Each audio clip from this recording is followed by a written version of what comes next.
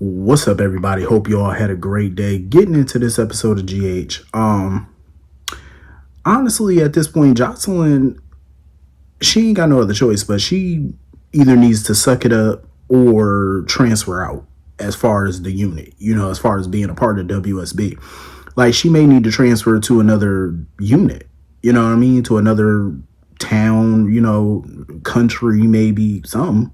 You know what I mean? Because as long as you are in that particular unit working under Jack and you're stationed in Port Charles, you're going to have to deal with cases that may involve your family. And I understand she don't want to lie to them or whatever, but that's a part of the job. I mean, what are you going to do? It ain't no different than the PCPD, because look at Dante and Chase. They work cases all the time where it intersects with people that they know. It is what it is. You don't like it? Resign. Either quit or transfer to another part, part of the WSB, where you don't have to deal with cases that involve people you know. What other options do you got? I mean, it is what it is. I do get where Vaughn coming from, because I feel like two things could be true with Vaughn. I feel like, one, he's right. Jocelyn, I feel, is way too inexperienced to handle a case like this that involves Sidwell and may involve Faison. It's too tricky. It's like, it's way too dangerous for her. She's not experienced enough to handle this kind of thing. Like, she needs some bullshit cases. That's what they need to give her. But Jack, he don't care. He feel like, hey, it's a part of the job, It's a risky business. What are you gonna do? But I also think Vaughn is trying to protect his boo. He trying to protect his little boo thing, trying to make sure nothing happened to her. So I get it. He want to protect his little lady. But hey, she signed up to do it. So it is what it is. You gotta take the good with the bad. I mean, what are you gonna do? When Jack got that phone call from Anna, I'm like, now how the hell did Anna call him? Homegirl is handcuffed to a chair in the basement somewhere. How's she gonna call? I feel like it's whoever kidnapped her, because I do feel like whoever did it got that voice changer.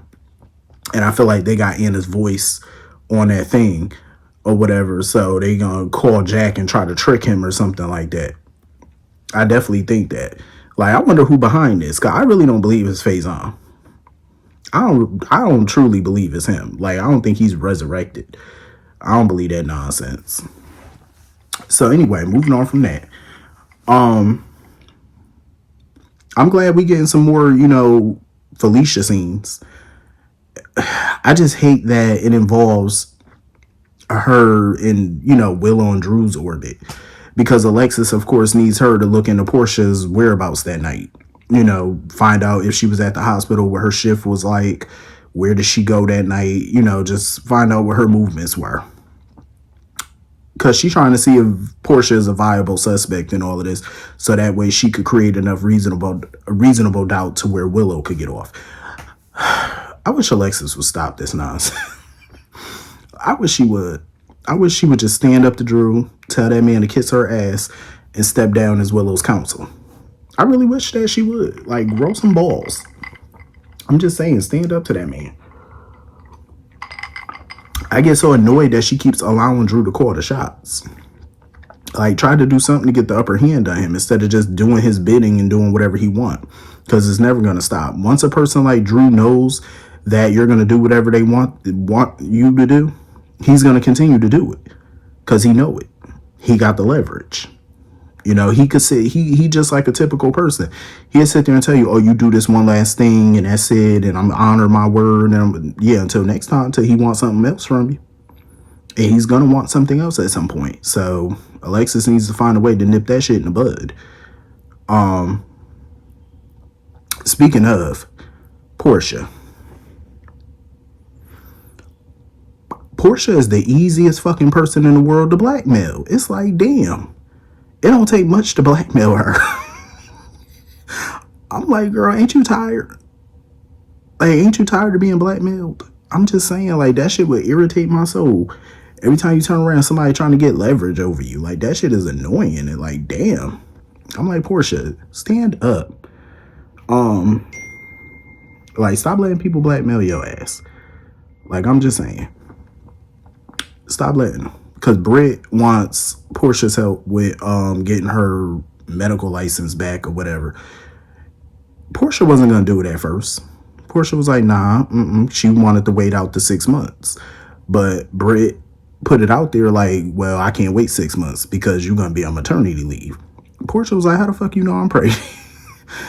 I mean, Britt was an OBGYN, like she could tell. You know what I mean? Like it's not hard for her to spot a pregnant person, even if you're not showing. Like she see the signs of pregnancy. So of course, Porsha figured it out. That's the leverage, because Porsha mentioned she didn't want people knowing because she's still in the first trimester. And of course, Britt has no problem blowing the lid off of that. Porsha sitting there talking about some, oh, fine, I'll help you do it. But she said once I entered the second trimester, she was like, that takes away your leverage or whatever. And you're still going to have to meet with the board. And you're going to need somebody on your side when you meet with the board. So,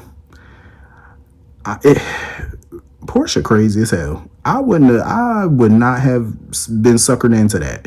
I would have still told Britt no. Because I understand she don't want the world knowing about it. But I'm like, if Britt could spot that you're pregnant in 2 seconds and Jordan could sense that you were pregnant, she could see it. You might as well just tell the whole damn world at this point. Or at least let Britt do it. I mean, it is what it is. Because ain't no way I would let her blackmail me. Like, you're going to let Britt put you in a box? Nope. Absolutely not.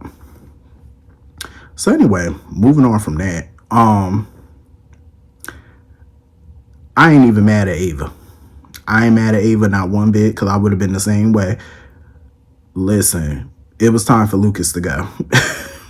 Because I'm not a morning person either, and I'll be damned if somebody interrupt my sleep, especially at like 7, 8 o'clock in the morning. No. No, hell no. I ain't even mad at her. I would have went off too. Like, I would have been so annoyed. But it is time for Lucas to get a place. I mean, Ava was, she liked having him there, but her place is really not big enough for all of them. Plus, Avery stays there some of the time. So, when Avery's not with Sunny, she's there. Like, that place is just not big enough for all of them. Like, and that was only supposed to be a temporary thing anyway. And that's what I'm confused about. Why is it so hard for Lucas to find a place? He's a doctor. You make money. Like, even if you don't want to buy a home, you can damn sure rent one easily. With his salary, he could rent something real nice. I don't know why he didn't just go do that. But I have liked that him and Ava were, getting to know each other. I am so glad that Lucas is finally getting some common sense when it comes to Marco. Because just a few months ago, he was ready to go to war with Sunny. And he was ready to go to war with his own sister behind Marco. But now he's starting to get some common sense and see that this relationship with Marco is moving way too quickly. Like, talking about moving in together. No. I am so glad Lucas has some concerns about that, because it is too soon. It's way too soon for that. And I'm glad that Lucas is starting to question it, because he's starting to think that maybe his relationship with Marco is a rebound from Brad. I do get where Ava coming from. Ava was like, there's no guarantees in life, which there isn't. But he needs to take things slow with Marco. Because Marco over there making plans for him to move in. Like, he even went to Sidwell and asked Sidwell, could, Lucas move in or whatever. Sidwell was not keen on that, because they got a lot of things popping off right now. They got a few illegal things going on. The last thing Sidwell needed is Lucas poking around. But, Marco was like, well, shit, it's a fucking castle. It's a huge home. Like, there's no way Lucas is going to stumble upon anything, illegal, because he's at the hospital most of the time. But, Sidwell is willing to oblige his son. But he made it very clear to Pascal. I cannot believe he brought Pascal back to be a butler. Like, he really brought this man back to be a butler. That's crazy. I don't trust Pascal, though. If I was Sidwell, I wouldn't fully trust Pascal, because Pascal was sitting right there listening in on their conversation, probably gathering some intel. But he let it be known. Sidwell let Pascal know. He was like, if Lucas stumble upon something he ain't supposed to, he said, I'm going to have to handle him. Like, he said, I'm going to have to deal with him. He going to have to be dealt with. But he's hoping that, Pascal could keep Lucas out of areas that he's not supposed to be in. Basically, he wants Pascal to be Lucas's handler. Basically, he wants to make sure that, Lucas doesn't go anywhere in any type of area of the house that he's not supposed to, because that's the last thing he wants, is for him to stumble upon something important, because at the end of the day, he might have to do something to him, which will complicate his relationship with Marco even further. But Marco was warned. I mean, Sidwell did let him know, like, listen, we got too much going on. If your boyfriend move in and he sees some shit, and Marco should know that if Lucas sees anything, what his father is going to do to him. Like, come on, you should be smart enough to figure that out. But I'm interested to see how this goes.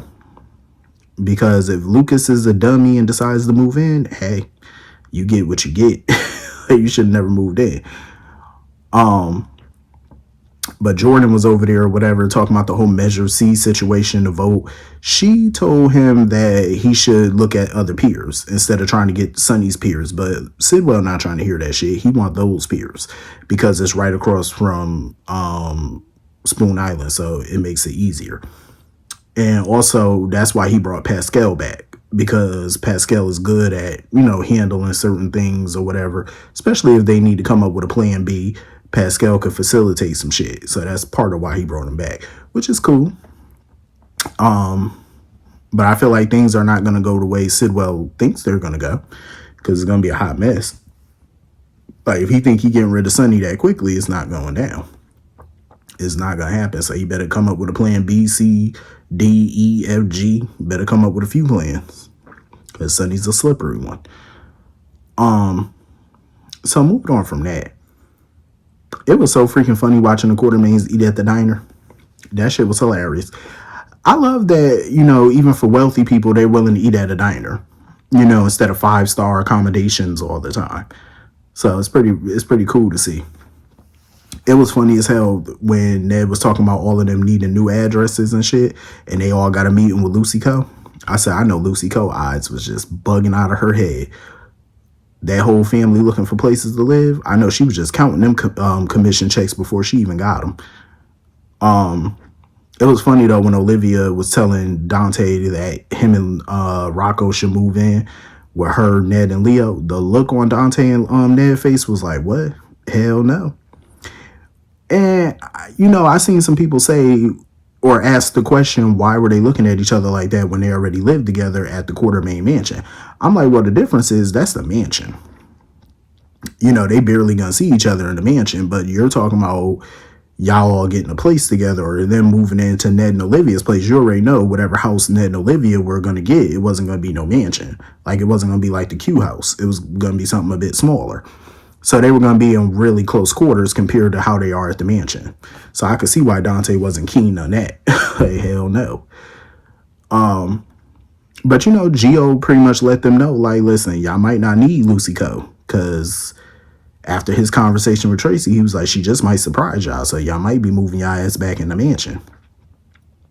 And Tracy called Ronnie. She called Ronnie over and stuff to apologize. But Ronnie at first wasn't buying the apology, because she was like, I already know that you're only apologizing because the family moved out on your ass. So I'm not accepting your apology. But Tracy actually did give her a heartfelt apology, because she really felt bad for judging Ronnie. And Ronnie apologized to her as well. Their scenes was actually nice. Like, I really did like those scenes between Erica Slezak and Jane Elliott. Those were beautifully done. But I ain't gonna lie. As beautiful as those scenes were, Tracy is better than me, because I wouldn't have been apologizing for shit. I really wouldn't have. Well, I ain't gonna say I wouldn't apologize for nothing. I probably would have apologized for the judging part, because I do feel like Tracy judged the shit out of her when she met her. Especially when she found out what Ronnie does for a living. She judged the shit out that lady. So I would have apologized for that. But she wasn't wrong about everything else. She knew that Will was flimsy. But I'm glad they had that heartfelt moment.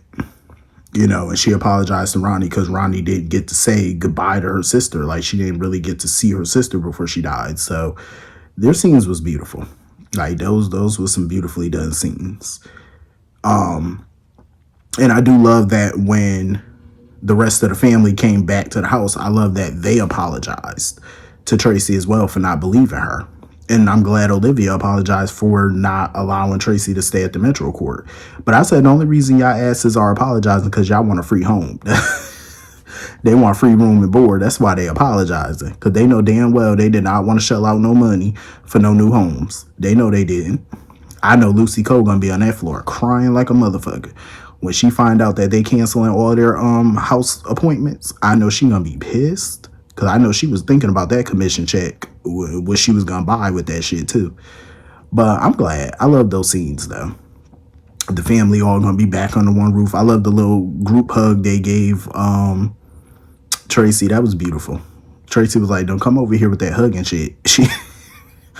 But you know what Ronnie said was so true. People like Tracy, they have a very hard time apologizing to people. They really do. They have a very hard time with saying I'm sorry. But I'm glad people acknowledge their wrongs. Like Tracy was, right about what she said, and the family was wrong. Like Tracy was just looking out for the family. At the end of the day, she was wrong for judging that lady, but she was right about everything else. She knew that Will was fucked up. But I enjoyed the conversation that Ronnie had with Gio as well, because I think she kind of opened his eyes as well, that he needs to speak to his parents and try to fix things, because she didn't get that time with her sister. She couldn't fix things with her sister. He has an opportunity to fix things with BLQ and Dante, and he should take that. And hopefully he does. But anyway, that was pretty much the whole episode. Hit the comment section, let me know what you all thought, and I will see you all later. Peace.